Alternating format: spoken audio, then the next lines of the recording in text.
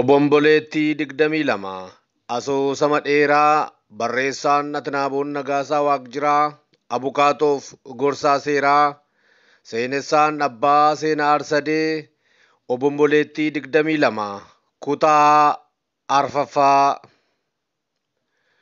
Kutaalee darban keessatti obbo Lamuunfaa Iluu Abbaa Boraa ka'anii Jimmaa Abbaa Jifaar keessa kutanii hoggaa gara Finfinnee imalaa turanitti bosona bunaa fi magariisa argaa turaniin bohaaraa uumaan Oromiyaa uumamaan kan badhaase ta'uu ibsaa turuu isaanii caaltuun mucaa bareedduu sabboontuu Oromoo ta'uu ishee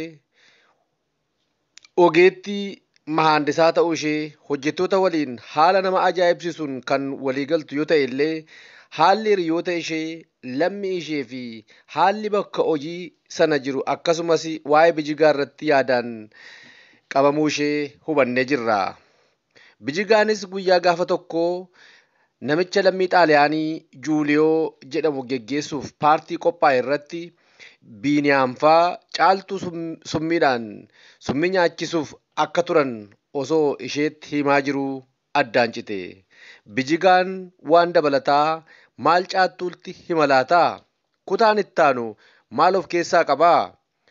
Kutaa Arfaffaa waliin haa hordofnu.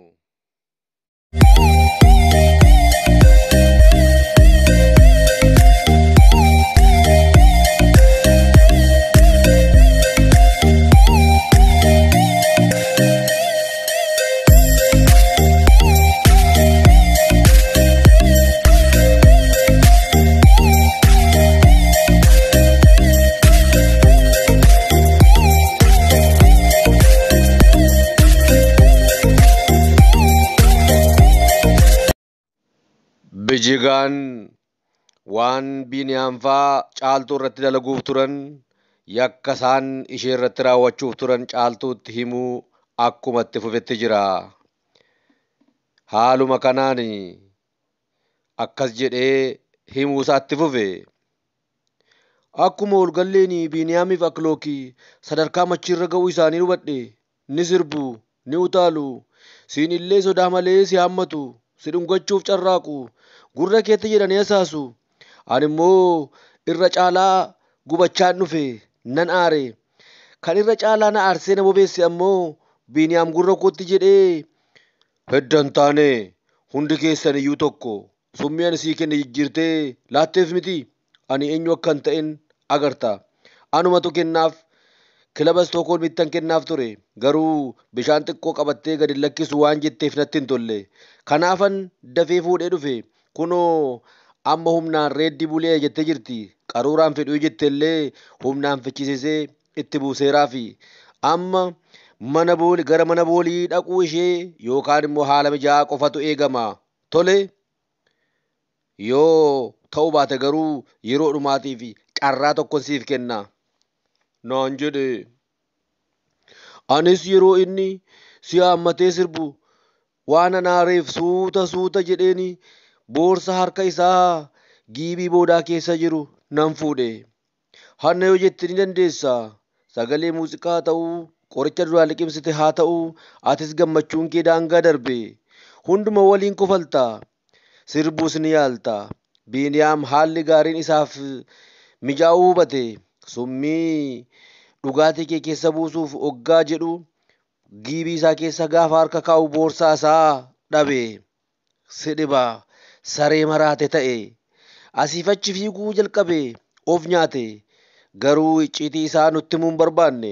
Konkolaachisaa konkolaataan fide sana gara Istookholmitti erge. Innis dhabee dhufuu itti hime. Ni yaadattaa?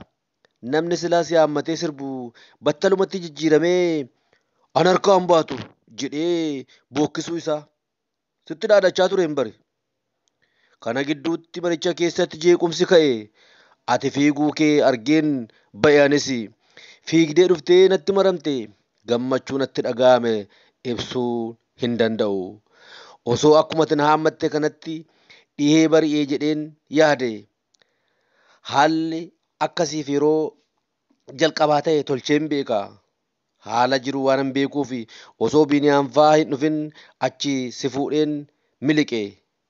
Biiniyaam torban tokko booda biyya alaa akka deemu dookumentiin isaa yookaan paaspoortiin isaa boorsaa ani boolii keessa buuse sana keessa akka jiru osoo hin beekuun keessatti gate.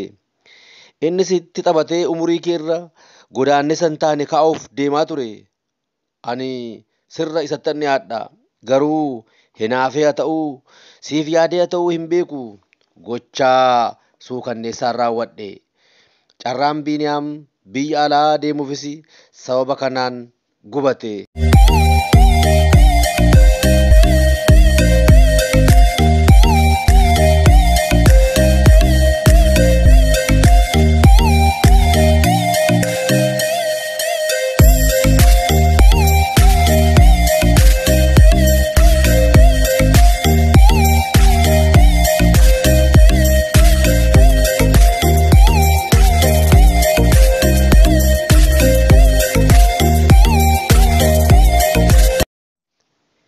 Nama dhibaam kana gochuu isaatiif nan galateeffadha.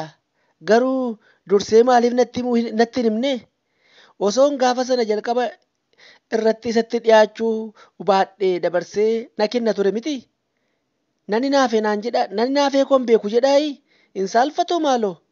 Isa obboleetticha hangisii Oliveeraa jedhamtu faana deemee gorora coccobsaa oolu akkamitti dagataa? Anaan illee Oliveeraa nan jaalladha jedhee natti himuusaa hin irraanfatee? Amalli bijigaa kana jedhanii kaa'uun nama dhiba. Dhuguma baay'ee amala namaaf hin galle tokko qaba. Jettee hafuura dheeraa baafatte. Sana boodas itti fufuudhaan akkuma amala bijigaa bakki an jiru kunis namaaf hin galu. Bakka kanaan dura akaakayyuu koo fi akaakileen keenya odaa birbirsa gooroo jedhanii waamaa turanidha. Har'a garuu Joorgis yookaan Goorgis jedhamee waamama. Dur Oromootu loon isaa irra tikfata. Asuma hookaa yookaan marga lalisaa dheeduun hora Finfinnee buusanii bishaan obaafatu. Asitti waaqa isaanii waaqeffatu. Waaqa tokkicha garaa gurraachaa asitti galateeffatu. Har'a garuu bakka amantii isaanii diigamee kan ormaan dhaalameera. Oromoon asirra ture duguugamee akka baduu fi godaanu taasifameera. Kana kan taasise immoo namicha siidaan isaa na fuuldura dhaabbatee jiru kanaadha. Farda yaabbatee eeboo fi gaachana qabatee akka haggaametti hafeera. Gogee hafe isa haa gogsu malee. Warra adii fi meeshaa jabanaatti fayyadamee akaakilee koo kan fixe kana.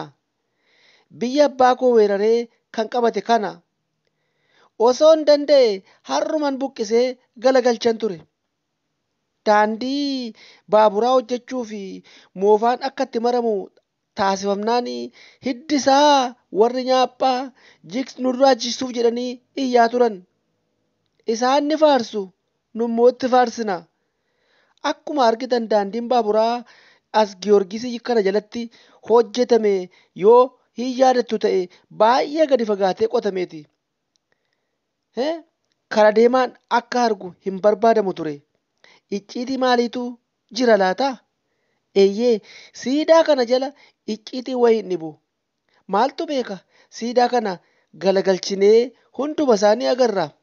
Yoo nuti haara dadhabne illee bor hin ooluufi. Ni turra malee ni urra jette mitiin.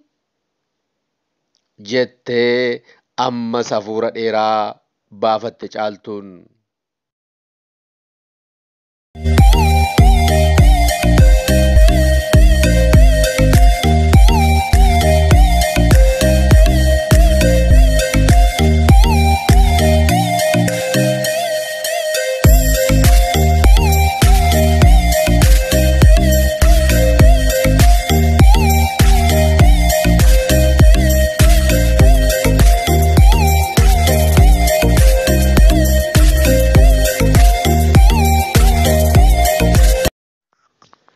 Yaada qabamte keessaa hoggaa dammaqxu hojjettoonni walitti qabamanii akka wayii tokko ilaalaa jiran agarte. Namni tokko isaan keessaa mallattoo kottu jedhu harkaan gara isheetti agarsiisaa jira. bitaaf mirga ilaalte, duraaf booda ishee mil'atte. Namni ishee biras ta'ee fuula ishee duras boodas hin jiru. Waamichi harkaan taasifamaa jiru isheef akka ta'e hubattee gara isaaniitti qajeelte. Akkuma itti dhiyaatteen kan ishee waamaa ture barraaqaa booruu ta'uu hubatte. Bijigaaf Toom qofatu jira. Beniyaamii fi Aklook waaree booda yeroo baay'ee bakka hojiitti argamanii hin beekan. Mana jumaa yookaan mana barcaatti maamila dhaabbataa akka ta'antu himama.